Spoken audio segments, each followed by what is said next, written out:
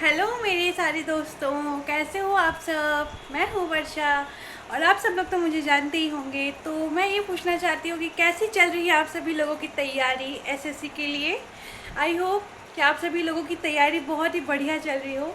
और मैंने ना एक न्यूज़ सुना था ये कि कुछ ना इंग्लिश में पैटर्न भी चेंजेस हुए हैं एसएससी के। इंग्लिश के जितने जो पैटर्न्स थे ना वो आपके ना क्वेश्चन से घुमा फिरा के दे रहे हैं। मतलब जो हमारे एडवांस लेवल के जो थे ना ग्रामर, वो कि सीजीएल में आते थे, और वो क्या हो रहा है ना कि अभी एसएससी एमटीएस में आने लगा है। और बहुत लोग ना ऐसे 10 में, मतलब 10 में नहीं, मतलब बहुत लोग ना ऐसे हल्के में लेते हैं एसएससी एमटीएस को कि यार ये 10 लेवल का है, बहुत ईजी है, तुरंत हो जाएगा। बट ये हल्के में मत लो, गलती हो जाएगा आप लोगों से, ठीक है ना। क्योंकि एसएससी एमटीएस हलवा नहीं है, बहुत पढ़ाई करनी पड़ती है इसमें। एडवांस लेवल के इंग्लिश आ जाए, कुछ कुछ इंग्लिश क्वेश्चन जो है ना वो सीजीएल लेवल के है, वो ही उसमें घुसा के आ जा रहा है क्वेश्चन। अब बताइए, आप अगर प्रैक्टिस नहीं करोगे तब कहाँ से करोगे। प्रैक्टिस भी तो करना बहुत ज़्यादा इम्पॉर्टेंट है ना। और इसलिए ना मैं अगर आप लोग को बता दूं कि सिनोनिम्स, एंटोनिम्स और जो इंग्लिश के जितने भी मेन टॉपिक्स है, जैसे कि आइडियम्स एंड फ्रेजेस है, सिनोनिम्स एंटोनिम्स है, और बताना चाहती हूँ कि और आपके जो ये है ना वन वर्ड सब्सटीट्यूशन, ये मेरे माइंड में नहीं आ रहा था, ज़ुबान में, लेकिन माइंड में मतलब ऐसे नहीं आ रहा था, ठीक है ना। तो वो जो वन वर्ड सब्सटीट्यूशन है ना वो भी बहुत ज़्यादा इंपॉर्टेंट होने वाले हैं गाइस आप लोगों के लिए भी। कितना, क्योंकि ना बहुत ज़्यादा चेंज, पहले क्या होता था ना कि एक आपको वर्ड दे देते थे ना और उसमें बोल देते सब्सटीट्यूशन आप ढूंढो इसमें से। और अभी क्या हो रहा है ना, उल्टा हो जा रहा है। सब ये मतलब सब्सटीट्यूशन जो है ना वो दे देंगे और आपको बोलेंगे कि इसमें से आप वर्ड फाइंड करो जिससे ये जो लाइन जिससे मैच हो रही है वो आप मतलब वर्ड को फाइंड करो, ठीक है ना।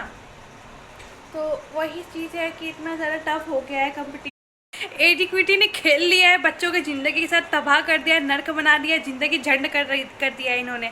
अब एज इक्विटी ने, हमको ये समझ नहीं आ रहा कि जब बच्चे एसएससी के लिए तैयारी कर रहे थे, जी जान लगा के एसएससी के लिए, मतलब सब कुछ जोश में बिल्कुल कर रहे थे, हमारी तरह जो बच्चे हैं उनकी बातें हो रही है, ठीक है।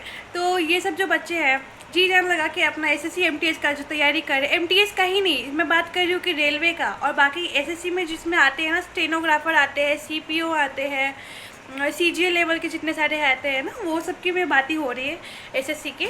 तो एज इक्विटी ने ये क्यों कर दिया, चलो ठीक है, मानते कि एडवांस लेवल का ग्रामर है, वो इंग्लिश में एक मतलब सीजीएल लेवल में आता है, तो एक समझ में आता है कि हाँ ये सीजीएल है, ये बड़ा लेवल है। तो इसमें अगर आपको बड़ा क्वेश्चंस मिल रहा है, हार्ड या फिर डिफ़िकल्ट आपको कुछ क्वेश्चंस मिल रहे हैं, तो वो चीज़ समझ में आती है, ठीक है। लेकिन वही क्वेश्चंस अगर आपको उठा के एमटीएस में दे दिया जाए, आप कैसे करोगे बताइए।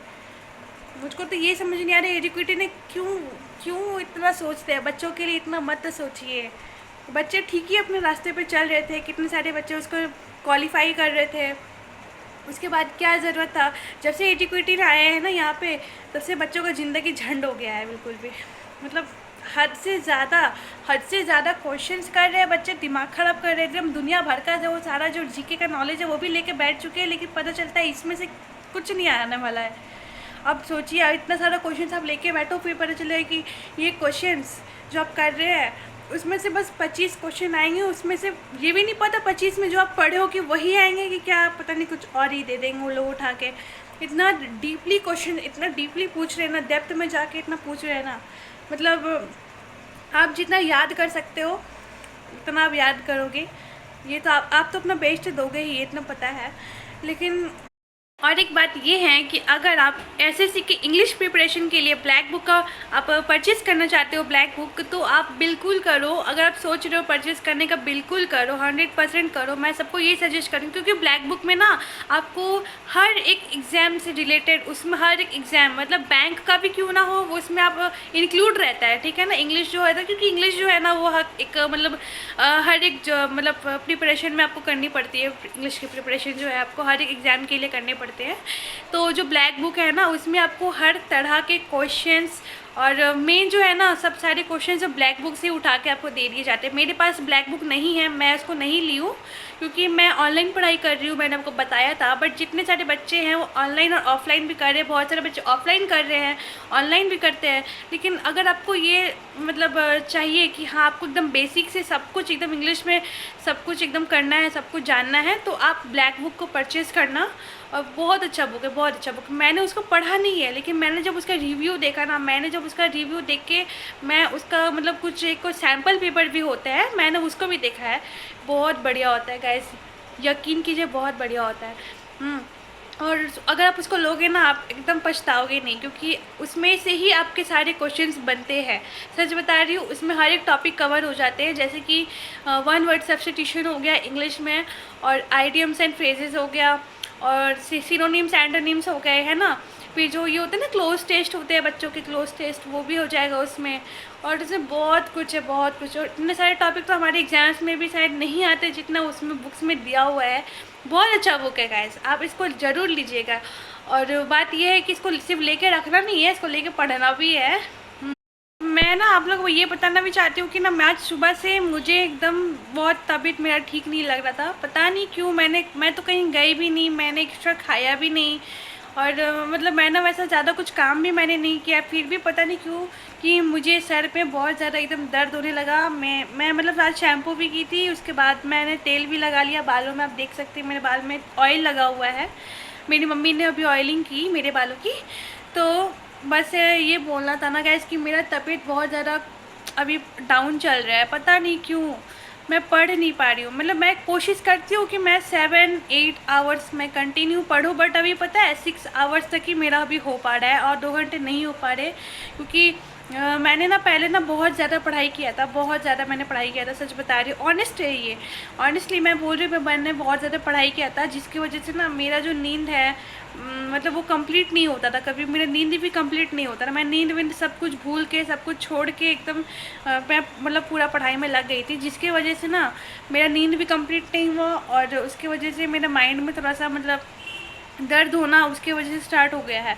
तो इस वजह से ना मैं अभी थोड़ा बहुत नींद भी कंप्लीट कर रही हूँ। जैसे 1-2 घंटे बोलते हैं ना, 1 घंटे का पावर नैप ले लो दोपहर में। तो मैं पहले दोपहर में नहीं पढ़ रही थी, 2 महीना हो गया था मैं दोपहर में एकदम छोड़ दी थी पढ़ना, क्यों मतलब छोड़ दी थी सोने के लिए, मैं पढ़ाई करती थी सिर्फ। और जिसकी वजह से ना मैं दोपहर को, मेरा बचपन से सोने का आदत है, मैं बचपन से सोती हूँ, लेकिन पढ़ाई की वजह से मेरा सोना ही नहीं हो रहा था, मेरा नींद भी नहीं हो रहा था। बस डायरेक्ट जाके एक टाइम रात को सोती थी, और फिर मैं सुबह उठ के वही अपना डेली का रूटीन फॉलो करती थी।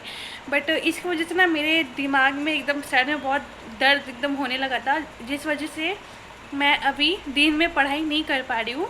कुछ दिन से हो गया है, एटलीस्ट 10 दिन या 1 हफ्ते कुछ ऐसे हो गए हैं, जिससे मैं दिन में पढ़ाई नहीं कर रही हूँ। मैं सिर्फ वैसे जो दिन, मुझे ये लगता है कि ना कि देखिए आप अगर आप हेल्दी होकर अगर आप पढ़ोगे ना, फ्रेश माइंड से अगर आप पढ़ोगे ना, आप ज़्यादा नॉलेज ग्रैब कर पाओगे किसी भी चीज़ से, किसी भी एग्जाम से।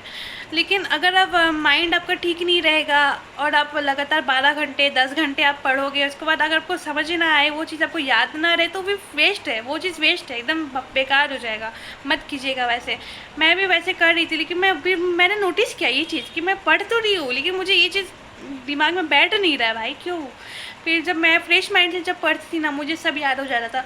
और जो अभी बातें हैं ये कि मैं भी बता रही हूँ आपको, कि देखिए दोपहर में भी आप लोग सोया कीजिए। अगर जिसको भी ये चीज़ मेरे जैसे प्रॉब्लम होती है कि दोपहर को नहीं सोने से उनका भी सर में दर्द होने लगता है, तो आप भी दोपहर में सोया कीजिए। एटलीस्ट 1 घंटा आप पावर नैप लीजिए।